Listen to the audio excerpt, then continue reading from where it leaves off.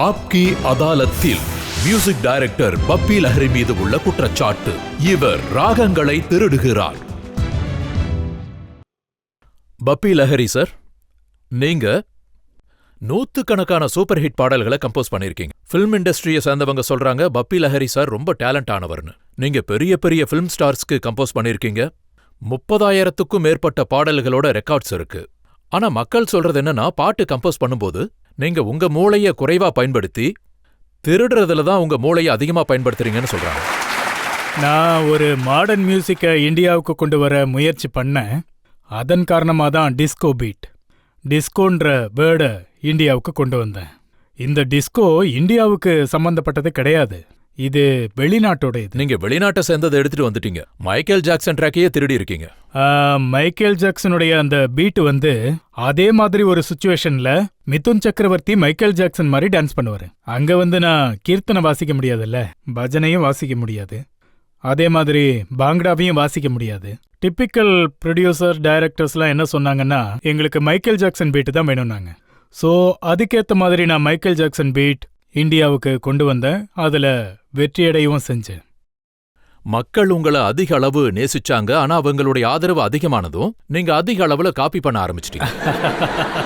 நீங்க காப்பியை பத்தி பேசும்போது இப்ப இருக்கவங்க காப்பி இல்ல, ஜெராக்ஸ் காப்பியே பண்ணிட்டு இருக்காங்க.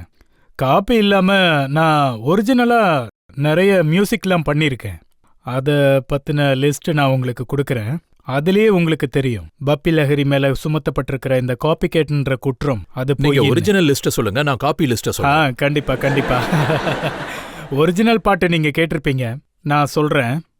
चलते चलते मेरे ये गीत याद रखना, कभी अलविदा ना कहना, कभी अलविदा ना कहना, किसी नजर को तेरा इंतजार आज भी है, मंजिले और भी जगह है, रास्ते अपनी जगह, हर नैनों में सपना, सपनों में सजनी, सजनी पे दिल लग गया, कि सजनी पे दिल लग गया, प्यार का तोहफा तेरा बना है जीवन मेरा. Everybody come on. प्यार का तोहफा तेरा बना है जीवन मेरा, दिल के सहारे हमें पालिए, जीने का और क्या चाहिए, तोहफा तोहफा तोहफा. இந்த மாதிரி நிறைய பாட்டு இருக்கு. இப்ப பாத்தீங்கன்னா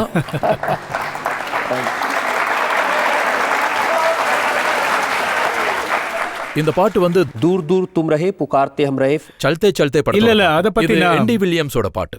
அத பத்தி நான் சொல்றேன், எல்லாரும் முன்னாடி நான் சொல்றேன், நீதிமன்றத்துல சொல்றேன். அந்த பாட்டு दूर दूर तुम रहे पुकारते हम रहे, आज क्यों रात यूं जाओ ना. After that, tan tan tadan tadan tadan tan tadan tadan tadan tan tadan tan. Rain டிராப்ஸோட ஒரு மியூசிக் இருந்தது. அங்க இருந்து நான் இன்ஸ்பயர் ஆகி என்னோட ஸ்டைல்லையும் அவங்க ஸ்டைல்லையும் சேர்த்து மிக்ஸ் பண்ணது அது. அதாவது பாத்தீங்கன்னா, இந்த பாட்டு நீங்க கேட்டிருப்பீங்க. मेरे सपनों की रानी कब आएगी तू, तरट्टा रट्टा रट्टा टकीला तरट्टा रट्टा. இது ஆனாதுனால வந்துருச்சு. आओ ट्विस्ट करे आओ सम ओ சே விஜயோட ட்விஸ்ட். इतना न मुझसे तू प्यार भरा, तू मैं एक पागल आवारा. செலில்தா சாயால. तारा टटा तारा टटा तारा टटा. ஸோ இதுல டோட்டல் மியூசிக் இருக்கு இந்த மாதிரி. ஸோ நான் என்ன சொல்ல வரேன்னா, குற்றச்சாட்டுங்கிறது என்னை விட சீனியரானவங்க நிறைய விஷயங்கள் பண்ணியிருக்காங்க. அவங்க முன்னாடி பார்த்தா நாங்கெல்லாம் குழந்தைங்க. அதை விட நீங்க முதல்ல அவங்கள வர சொல்லுங்க, அவங்கள இந்த ஆப்கி அதாலத்துக்கு வர சொல்லுங்க. நீங்க ஏன் மேரே சப்னோ கே ராணி பண்ணீங்க, எதுக்கு ஆவோ ட்விஸ்ட் பண்ணீங்கன்னு கேளுங்க. क्यों देखो अब तो तुमसे नहीं कि खबर. இது பிரிட்டிஷ் பாட்டு, நம்ம சங்கர் ஜெய்கிஷன் பண்ண பாட்டு இது. இந்த மாதிரி நிறைய பாடல்கள். அதாவது நீங்க ஆடி பர்மன் சார் கூட 2-3 பாட்டை எடுத்தீங்க. நான் என்ன கேள்விப்பட்டேன்னா, நீங்க அப்போ பிலிம் இண்டஸ்ட்ரிக்கு புதுசா வந்திருந்தீங்க. ஆடி பர்மன் சார் மிகப்பெரிய மியூசிக் டைரக்டர், பிரபலமா இருந்தாரு. அப்போ நிறைய பேர் சொல்லியிருக்காங்க ஆடி பர்மன் சார் வெளிநாட்டுக்கு போகும்போது பேக் நிறைய சிடி எடுத்துட்டு வருவாராம். கிடையவே கிடையாது. அந்த பேக் வெயிட் தாங்க முடியாம கிழிஞ்சு கீழே விழுந்த சிடிஸ் எடுத்து தான் நீங்க மியூசிக் பண்ணுவீங்களாமே. அதாவது அந்த டைம்ல பாத்தீங்கன்னா பஞ்சம் தான் அப்புறம்னா முயற்சி பண்ணோம். நாங்க 2 பேரும் சேர்ந்து மாடர்ன் மியூசிக்கை இந்தியாவில் யங் ஜென்ரேஷனுக்கு அறிமுகப்படுத்த நினைச்சோம். யங் ஜென்ரேஷன்லாம் இப்போ டிஸ்கோலாம் பார்க்குறாங்க, இப்போல்லாம் டிஜே ராக் சாங்ஸ் கேட்குறாங்க.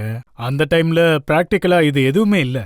ஸோ அந்த டைமில் அதுக்கேற்ற மாதிரி நாங்கள் யங் ஜென்ரேஷனை இன்ஸ்பயர் பண்ணுற மாதிரி அதாவது பஞ்சம் யாரா துஸ்மனோட ஹரிஓம் ஹரி, ஆமா அதையும் நீங்க ஹரிஹோம் ஹரி காப்பி பண்ணிட்டீங்க. ஒன் வே டிக்கெட்டோட இன்ஸ்பிரேஷன் அது.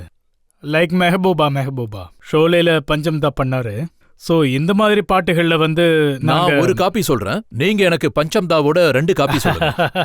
இல்ல அப்படிலாம் எதுவும் இல்ல. அவரு ரொம்ப பெரிய மியூசிக் டைரக்டர், இசையமைப்பாளர், அந்த மாதிரி எல்லா மியூசிக் டைரக்டர்ஸும் பண்ணாங்க. என்னை பொறுத்த வரைக்கும் பாத்தீங்கன்னா இசைங்கிறது மாடர்ன் விஷயத்தை உருவாக்குறதுக்கு நான் ஏற்கனவே சொன்ன மாதிரி ஒரு புது விஷயத்தை உருவாக்க நமக்கு கண்டிப்பா அவங்களோட சப்போர்ட் தேவைப்படுது. இல்லைன்னா நம்ம மாடர்ன் மியூசிக் பண்ணவே முடியாது. பிகாஸ் இப்போ கிட்டார் எடுத்துக்கோங்க, ட்ரம்ஸ் எடுத்துக்கோங்க, அது அவங்க ப்ராப்பர்ட்டி. தபலா நம்ம ப்ராப்பர்ட்டி, சித்தார் நம்ம ப்ராப்பர்ட்டி, சர்க்கம் நம்ம ப்ராப்பர்ட்டி, கிளாசிக்கல் மியூசிக் நம்ம ப்ராப்பர்ட்டி. பட் என்னை பொறுத்த வரைக்கும் ஒரு பாட்டில் இருந்து இன்ஸ்பயர் ஆகி நம்ம மாடர்ன் ஜென்ரேஷனை இன்ஸ்பயர் பண்றதுல தப்பு இல்லை. ஆனா நீங்க இதை ஒத்துக்கிறீங்களா? நீங்க இண்டஸ்ட்ரிக்கு வந்தப்போ பஞ்சம் தா பண்ணிக்கிட்டு இருந்தது, அப்புறம் ஆர்டி பர்மன் சார் பண்ணிட்டு இருந்ததை, இது எல்லாத்தையும் காப்பி பண்ண ஆரம்பிச்சிட்டீங்க. மக்கள் உங்களை ஆர்டி பர்மன் சார் காப்பி கேட்டுன்னு சொல்ல ஆரம்பிச்சிட்டாங்க. அதாவது பாத்தீங்கன்னா நான் இத பத்தி சொல்லணும்னா ஒவ்வொரு மியூசிஷியனுமே இதை பண்ணிருக்காங்க. இதுல ஆர்டி பர்மன் பப்பிலஹரியோட ஸ்பெஷாலிட்டி என்னன்னா, நாங்க 2 பேரும் மாடர்ன் மியூசிக்கை கொண்டு வந்தோம். நாங்க ஒருத்தர் எங்கேயும் விட்டு கொடுத்தது கிடையாது. ஆனா I am respect R D Burman, ஏன்னா அவரு ரொம்ப டேலண்டடான மியூசிக் டைரக்டர். அதே மாதிரி இப்போவும் பஞ்சம்தா மியூசிக் ஏன் ஒலிக்குதுன்னா, இப்போ டிஸ்கோக்கு போனா என்னோட பாட்டு பஞ்சம்தாவோட பாட்டு தான் ஒலிக்கும். அதுல பாத்தீங்கன்னா வேற ஒரு மியூசிக் டைரக்டரோட பாட்டெல்லாம் ஓடாது. ஏன்னா எங்களுக்கு அதுல மாடர்ன் பீட், மாடர்ன் மியூசிக்கோட சென்ஸ் எங்க 2 பேருக்கு இருந்தது. அதை நாங்க எல்லாருக்கும் கொண்டு போய் சேர்த்தோம். 1980sல நீங்க வந்தீங்க. அப்போ ஆர்டி பர்மன் சார் வந்து ரொம்ப பாப்புலரா இருந்தாரு. அதுக்கப்புறம் நீங்க மொத்த மியூசிக் இண்டஸ்ட்ரியையும் ஆக்கிரமிக்க ஆரம்பிச்சிட்டீங்க. அது உண்மைதான். 73ல வந்து ஜக்மே ரிலீஸ் ஆச்சு, சல்தே சல்தே. அதுக்கப்புறம் ஆரம்பிச்சது நீங்க சொல்றது 80sல அந்த டிஸ்கோ, டான்சர், நமக் ஹலால், ஹிம்மத்வாலா, அதெல்லாம் ஒரு டிஃப்ரெண்டான மியூசிக். அதுலலாம் எந்த ஒரு காப்பியும் இருக்காது. ஹிம்மத்வாலா, தூஃபான், மவாலி, மக்சத், கைதி நம்பர், கைதி, கர் ஹோத்தோ ஐசா, முத்தத், இதெல்லாம் டிஃப்ரெண்டான மியூசிக்கா இருந்தது. ஃபோக் ஓரியன்டா.